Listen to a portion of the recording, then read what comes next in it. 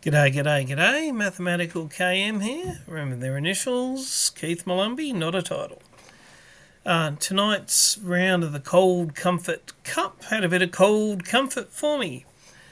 Okay, I'm kicking in at 14.52 in the standard for Fide, and my opponent's not yet got one, but in the standard games at the club with black, and he had the black pieces tonight, that's obviously an advantage. He's 2 for 2 with black and none for 3 with white. He had the black tonight. Okay, so let's come to the game. Now, at the start of the game, I promised Colin that I'd be in front at, the midway into the middle game and then probably snatch defeat. And let's see if I held my promise. Here we go. So starting with the first 3 moves that the chess giant recommends when firing up the hippopotamus. It's interesting that at this point, knight to d2 would be the usual normal next part of Solomon's opening tree. Knight to c3 is vacating, it's saying, okay, I'm not going to get the hippo. c4, well, that is a pawn push that can come up in the hippo. It's probably going straight into an endgame real early. I go c4, he takes, I take, he takes, I take with my king. Not really what I was looking for. But so what did I do? I'm still trying for the hippo and, stopping that push. And it's one of our normal moves. He brings out a knight. And now I can get my knight into d2. It's 0.7 to the oppositions, typically as much as -1 during your first 10 moves, getting the thick-skinned hippo. Let's see how we go getting the whole hippo. Okay, that's his only protector for his e-pawn, which is, my bishop's likely to end here. But for now, let's just make sure that we've got e4 available if he plays d4. He develops a bishop. It's starting to look more like a standard sort of a hippo setup. Both the knight and the bishop can come in and hassle the queen there. It's interesting that bishop b2, it wants the fianchetto. a3, stopping that knight coming in. But I don't see h3, but it's not that different. It's hedged slightly over 1. And I've prophylaxis denied the g4 square, which is what I was aiming to do there. He develops his other bishop, getting ready to castle. I fianchetto my other bishop. He castles. My last knight into the middle. And he sends his a-pawn down. Now it's interesting, f4, attacking the big centre on the outside, that's one of the central pawns. f4 is the top computer move. a4 is second best, which is stopping the a-pawn coming down.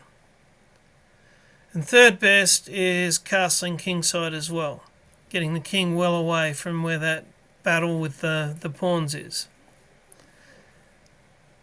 And I have gone, and by the way, that move is no longer part of the hippo. You don't play a3 if black's got a pawn on c5. So what do I play? The third best choice, the castling. So we're at -0.7 before black's come forward, and we've gone the feng shui kung fu of adapting and attacking. This is pretty much the breather moment now, but it's a big centre and a pawn on a5, so it's quite interesting. And I've castled. Now's the breather moment, if you include the castling as part of the 10 move setup. What are we going to do? Well, it's actually paying attention to tactics. There's a battery. Got to save that pawn. King h2 is best, and it's a standard manoeuvre. So we've played. Black's come forward.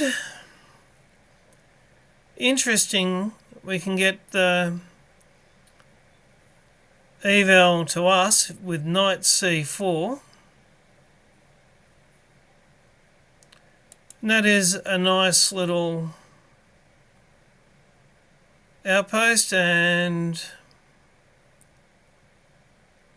it's not really, it is looking at a potential fork, which I'm sure, and in fact soon enough we'll see that my opponent will notice that, but it will make him react because of that potential fork.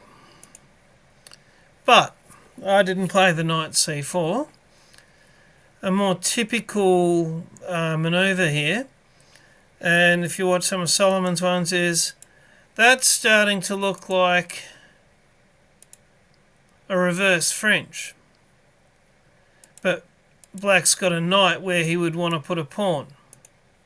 And to play into that reverse French would be the move e4. It's not actually on there, but let's see how I've played it. And now if we were going to be going into sort of reverse French territory, he would not want that knight to be there. And he's moved the knight away, perhaps getting ready to strengthen his pawn chain.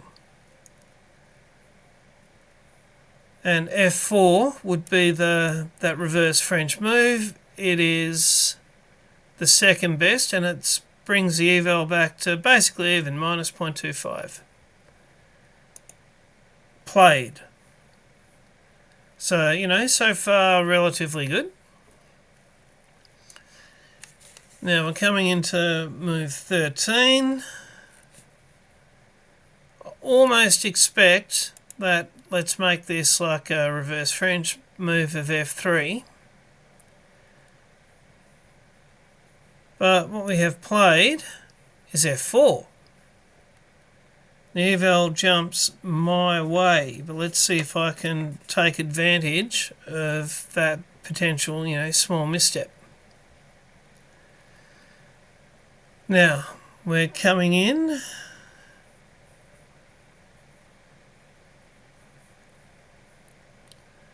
And I am thinking about this. And it also, the other reason I'm thinking about it is, as well as the fork on rook and queen, which I'm pretty sure he's going to identify, it also, and this is more likely, the chance of winning me a pawn. Because should he move his queen or his rook, getting the queen in as a defender on that pawn isn't really a defender, because he's not going to take my knight after it grabs the pawn. So a little mini plan here to capture a central E pawn. And, we're headed for his king. He stops the fork of rook and queen. And interestingly enough, and here's a lesson learned coming up to the ANU tournament this weekend, E takes f5 is actually best. But I've gone for winning this pawn with the knight, and taking it with the knight is better Not by much, but it's better than using the F, because I was considering using the F pawn, and that opens that rook.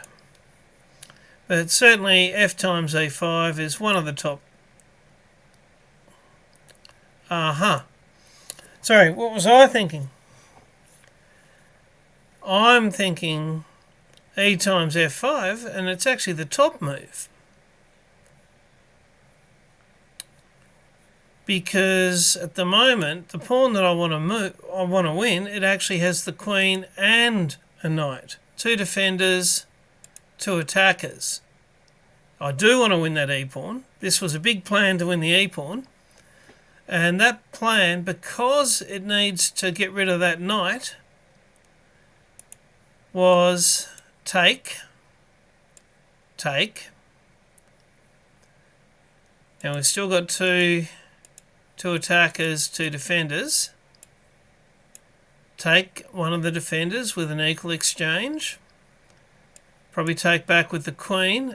And now I've still got 2 attackers. And he's got no defenders, winning the pawn. So here we go. Takes.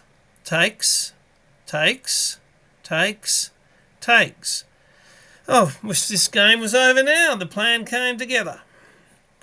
We have won that e-pawn. And tempo on the queen as well. So coming into move 17.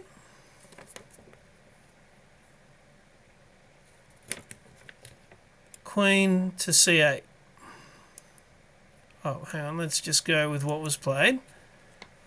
Queen c8. And was that not the best, but so that's played. And the eval is now roughly +1 for me. So far so good. Now,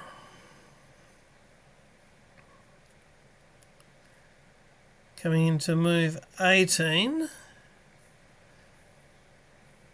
you'll note, and I happen to notice, whoops, it's not quite straight at the king, but he's got a battery on my h-pawn again. And I did pick up on that. You'll notice that the top move is still +1 for me, and anything else dives into an advantage to black. Top move g4, played. Okay, so he's got to move his bishop back. He does.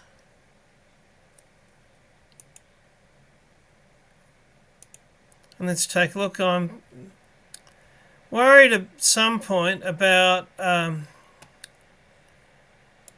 I'd like to play f5. Maybe I shouldn't be liking it.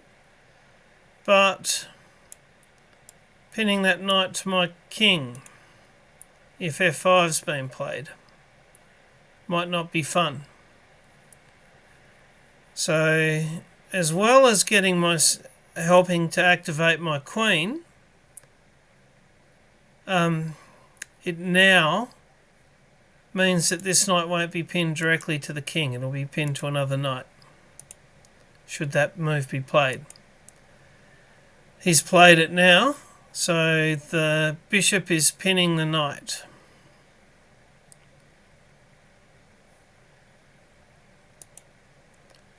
And let's actually go back and look at Queen e2 is the top move, and it's a move I am going to come to regret and spend half a game trying to recover from, really. So what I was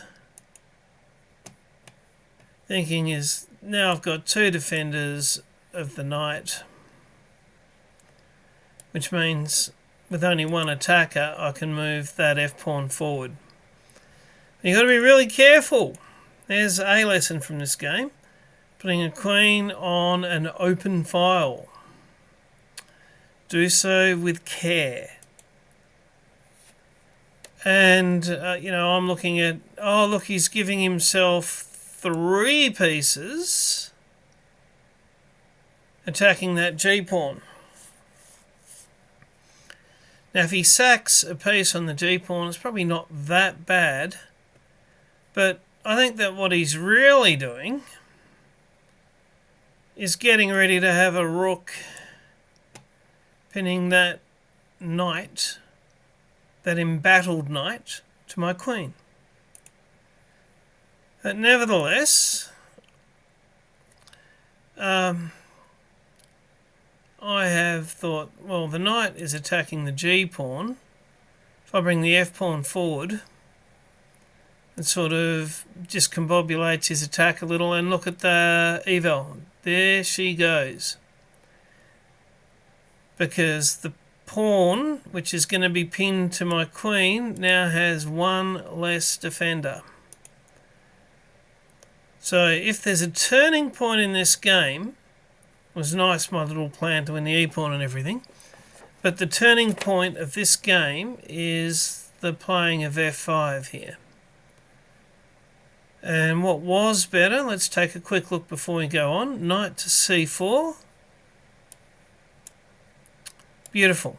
Threatening a undefended bishop, so getting tempo on that bishop and getting the knight out of the way, so if there's a threat made, the queen can get out of the way. So that's roughly the right distance in for me to have been in front and let it slip. It's these tic-tacs that I need to get better at. But yeah, I can see trouble coming. And that's the way to get out of dodge. And it's still, you know, plus to me. Other moves that would have been okay, rook a to e1, which would have given me the ability to move the queen to the side and the rook would still be protecting the knight. Or bishop c1, trying to get the bishop across, even that is still plus 0. Alright, let's come forward to foolishly removing a defender. The bishop sidesteps. What is it attacking? Nothing really. It's just getting ready for the tactic that turns the game. Was that any good? I was thinking about, I want to activate this bishop.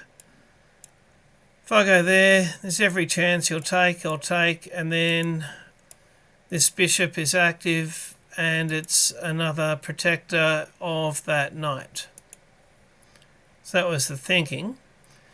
And the top move here is actually g5, because that pawn's currently okay with a rook on it and the queen, and get tempo on the knight. We're basically down a whole piece, we just haven't lost the piece yet. And c4, third best. So it was the third best move. But I've already fallen into this strategic trap. And he does take on Passant. I mentioned to Colin and the kids at my school, that's forced. It's not really, but yeah.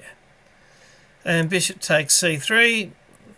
For the good that it will do me, I now have the queen and a bishop. Two defenders. He's currently got one attacker. Let's make that two attackers.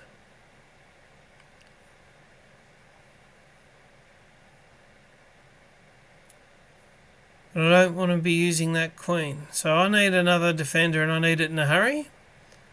And the best move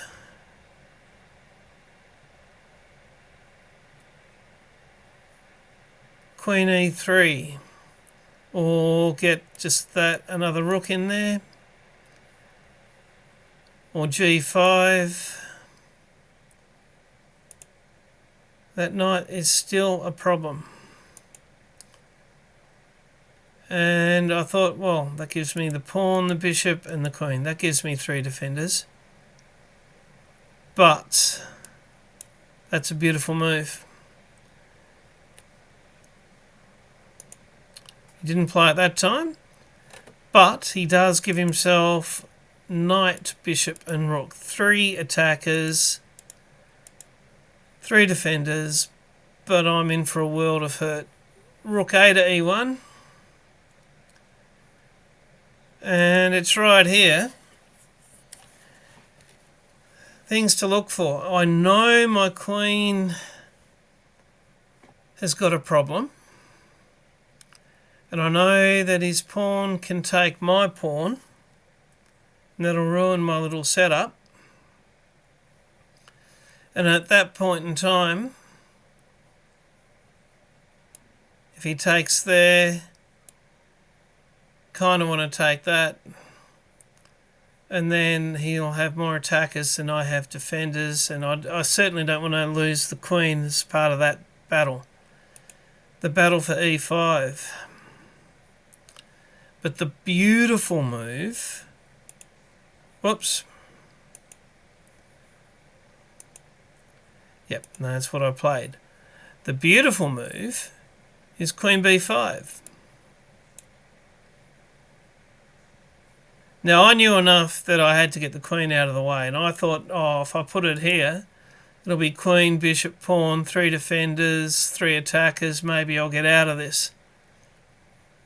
But the pawn move still ruins me.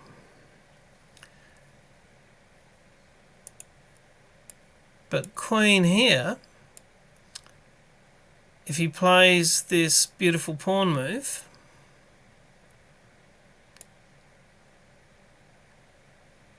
I get to take this undefended bishop with check,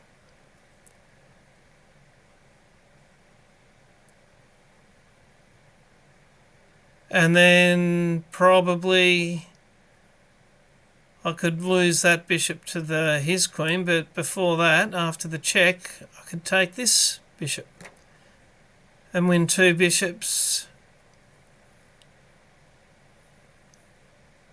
It might end up being 2 bishops for a knight and a bishop, but that's, and with his king moved away and my queen in a pretty strong position. Beautiful move, minus 0.45. So that was a tactical, a miss. And with the time on the clock, that's the sort of thing to look for. It's an odd tactic and not one I'm super familiar with, but the queen's in trouble. It's in trouble because of this pawn, and if it's in trouble because of that pawn doing that, and if that pawn does do that, I guess it's pinning that pawn from the super attack. So, I bring the queen across. I've got the 3 defenders on the knight, but that's the move to play. It's going to go downhill. So now I've got 2 defenders. All that means is that I can give the knight up for nothing, or give the knight and the bishop up and win 1 piece. I can win a knight. Oh, was that bringing another defender across? Rook A to C1. That was interesting. Threatening the queen, but no, I bring it across. If he moves his knight away, I can exchange the rooks and then potentially get some use out of this battery. I was thinking, I hope he moves his knight away, backwards or sidewards or any woods except for the woods I didn't want. And then I could get that battery going. Queen, bishop, and you know, cheapy checkmate. Bishop goes forward 1 more. Then the queen comes. But I let him have the opportunity to fall for cheapies several occasions, but he wouldn't oblige. So that's there's a check fork of a rook. Best I can do is rook times f3, played. He takes... That wants rook times e8 check. I went with let's try for a bit of glory with the bishop and queen. And he's come in with a bishop. I take, check, take another bishop. He takes mine. And here, and this is where you've got to fight harder. So my kicking and screaming could have been a little better. So that minus 0.4, it's the second time a tactical, little bit of tactical genius could have got me right back into the game. Now I know if I take his bishop, he'll take my bishop, and it'll just continue at -6. I'm probably going to lose the game. But here's the lesson for beginners, lesson for me. Sure, I would like to take his bishop, but I don't want to lose my bishop. What's the best thing, and here's the question I should have been asking myself, what's the best thing I can do with that bishop? And if it can cause enough havoc, and I did look for checks, and there are obviously none, but like I remember when I was in high school, we used to call it check-ish if you checked the queen. And there, bishop to e5, protected by 2 pieces. So if the rook took it, I could potentially take back with the queen, and then I'd still have the threat going on his queen. He'd take my queen, I'd take his queen.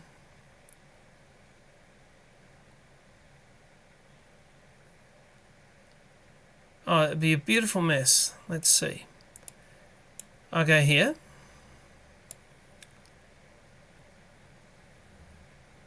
He takes.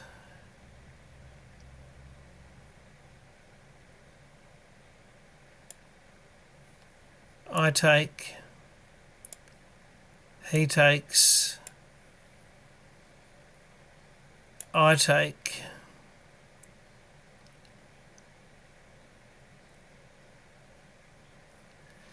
And I'm left with a rook. And he is left with a rook and a bishop. Interesting. He goes there. And he takes with the rook. And I take with the rook. He can't take with the queen, or I'll take his queen, and I'm left with a queen versus a rook and a bishop. And that would have been my best go at survival. But again, this is the second big tic-tac, and that's the obvious move, but it's obviously also losing. What can I do with the bishop? Bishop to e5 was the go.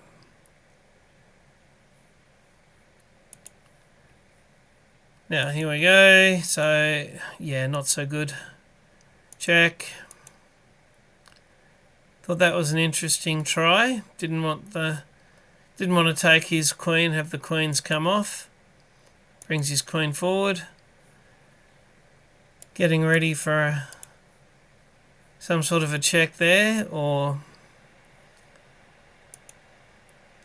he checks me, I move across.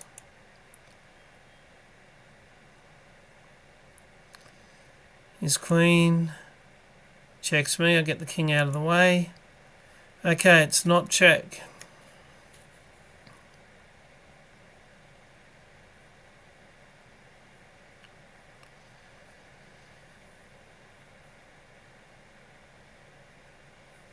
Now, check.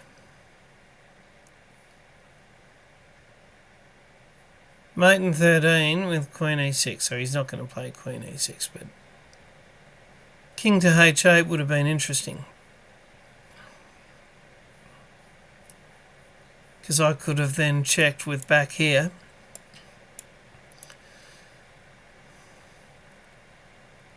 If I give the check with the pawn, but it's all a little bit of overhope. That's not going to happen because he's blocked it. Check. Beautiful move. Takes. So now I'm trying to prove two advanced pawns are better than a rook. And it's interesting, I know for a fact that that's mate in 1. Either of these is just going to end in misery with him advancing to, you see, MMM. Can see all the M's. G6 check. Nice to know that it was mate in 13 and therefore the best move. But, yeah, it's at this point I shook hands and said, well done. So it was interesting. Got into quite a reasonable middle game position. Won the e-pawn successfully. Had to be a bit more careful about putting my queen on an open file. Needed some more Spidey senses as pieces kept getting... 2 pieces got out of the way so he could get his rook lining it up. And then throughout the rest of the game, a little bit more care to tic-tacs, and twice there was the queen move that fixed almost all of those problems. And then there was the bishop with the check-ish move. So I had my chances. I had 2 chances to get right back into the game. Happy with the opening, and got to be a bit more careful in the middle game, but also have to keep kicking and screaming and looking for these tactics on the way through. Let's take a look at G. You can see these are the 2 moments where there was a tactic for me to get back into the game. That one and that one.